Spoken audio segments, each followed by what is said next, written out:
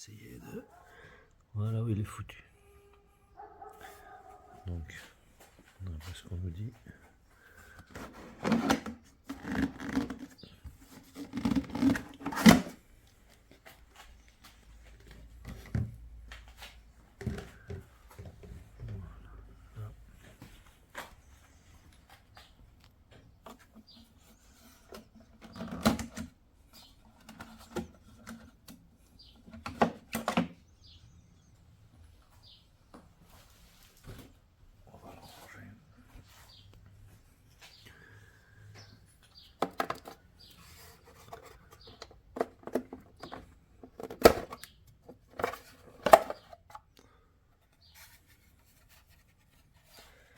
Voilà, on y voit déjà un petit peu plus clair. On a déjà un peu plus de place. Donc maintenant, pour accéder à l'alternateur, il va falloir démonter ceci. Relativement facile, hein. On enlève ça. Pour ceux qui travaillent un petit peu sur leur voiture, sur le reste, ils savent le faire. La difficulté ici, c'est que l'alternateur, pour qu'il sorte, il va falloir enlever ceci, le ventilateur, et surtout, alors là vous ne pouvez pas le voir, mais la vis de l'alternateur, elle est... Attends, on ne peut pas la voir. Est-ce qu'on...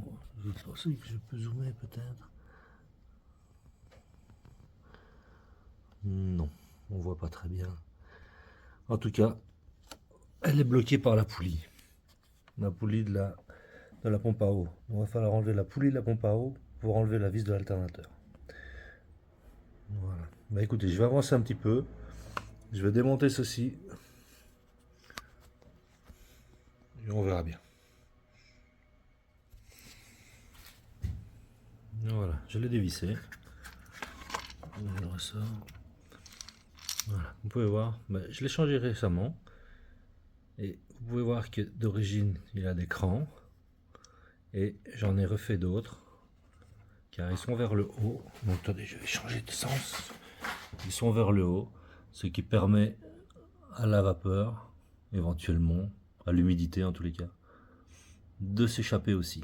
Alors c'est une modification que j'avais vue sur internet, sur une étude d'une personne en Angleterre, je ne sais plus.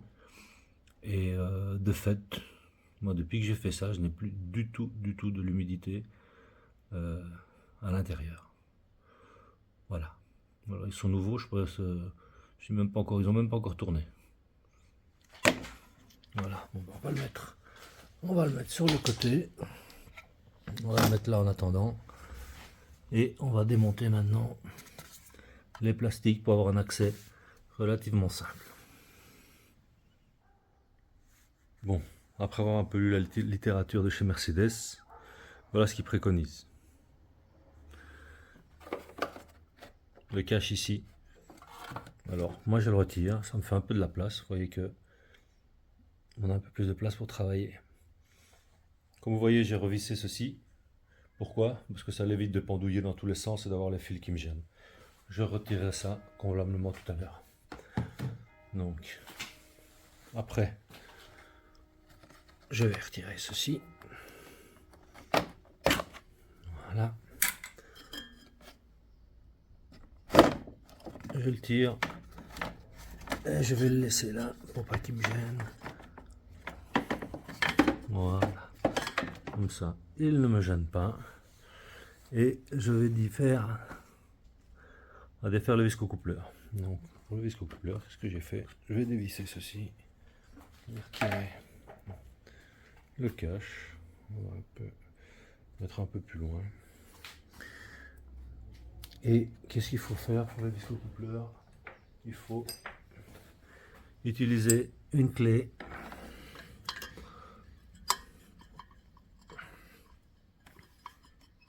et la mettre au bon endroit. Voilà. Alors vous remarquerez que quand on utilise la clé, tout tourne. Donc il faut bloquer la clé. Donc ce que j'utilise, c'est que j'utilise un vieux tournevis. N'ayez pas peur de l'abîmer. Je le rentre dans le vis ici pour le coincer.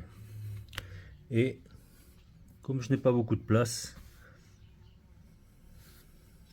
je vais défaire ceci pour l'écarter un tout petit peu. Donc, on va le faire tout de suite. Est-ce qu'on peut le faire à la main?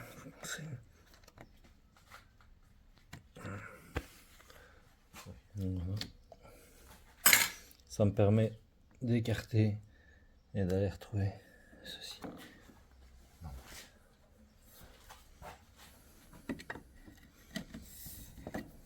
Je l'écarte un peu.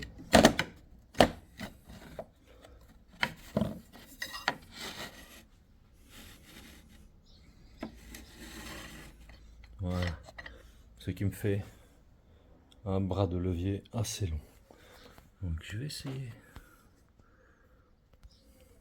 Je ne sais pas si je peux le mettre mon téléphone.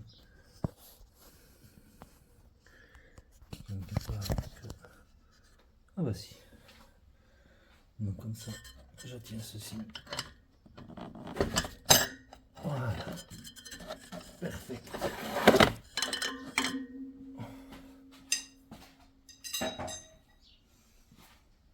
Parfait. Donc maintenant.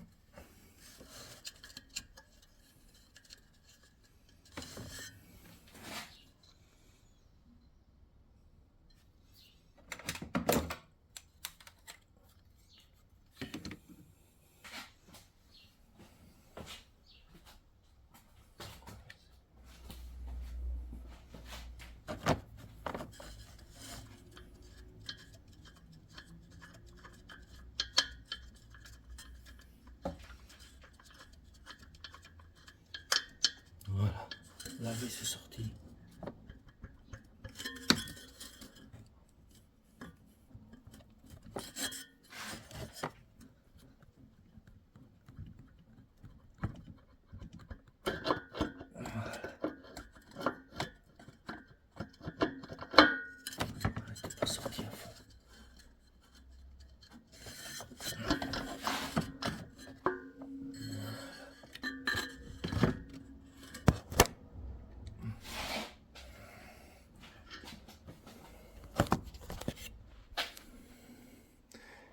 Donc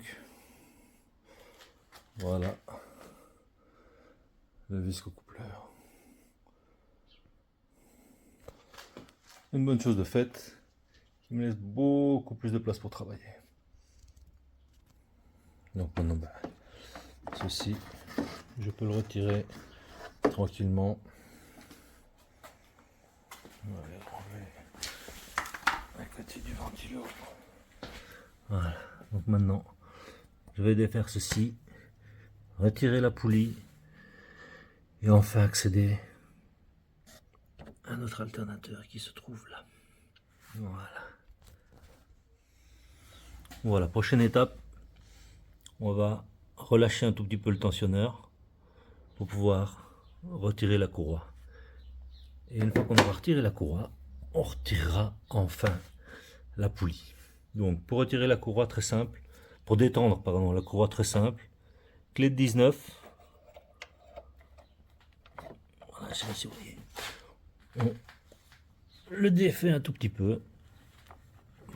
Alors on le desserre, mais on n'a pas besoin d'aller trop loin, c'est juste pour uniquement le desserrer.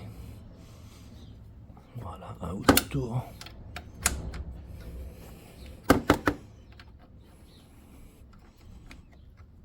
Voilà, je pense que c'est suffisant. Ensuite, la vis qui est ici va nous permettre de le détendre. Oula, je ne suis pas très... J'essaie d'avoir quelque chose de flou, pas flou, voilà. Donc, douille de 13 et on détend. Voilà. On va vérifier, peut-être pas besoin d'aller très très loin.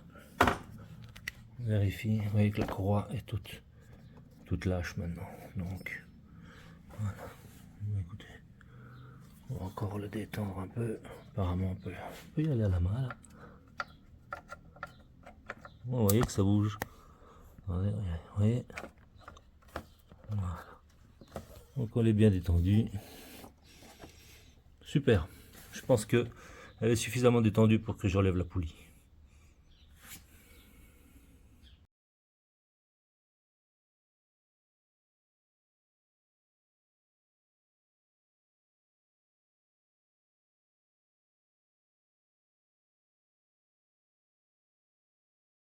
Voilà, l'alternateur est dehors. Comme vous pourrez remarquer, j'ai une des cosses qui s'est cassée, donc je dois réparer ça. Donc je viens de prendre 2 heures maintenant, juste pour retirer l'alternateur que voici. Vous voyez, la cosse est restée dedans, je vais devoir démonter ça, nettoyer et changer ceci, le petit Bosch, ce qui nous embête. Par la même occasion, vous pouvez voir à côté que je suis en train de refaire le boîtier de direction. Dès que je reçois les joints, je le remonte. Ça fera le sujet d'une prochaine vidéo aussi, se dit. Mais maintenant, on va s'attaquer à ça.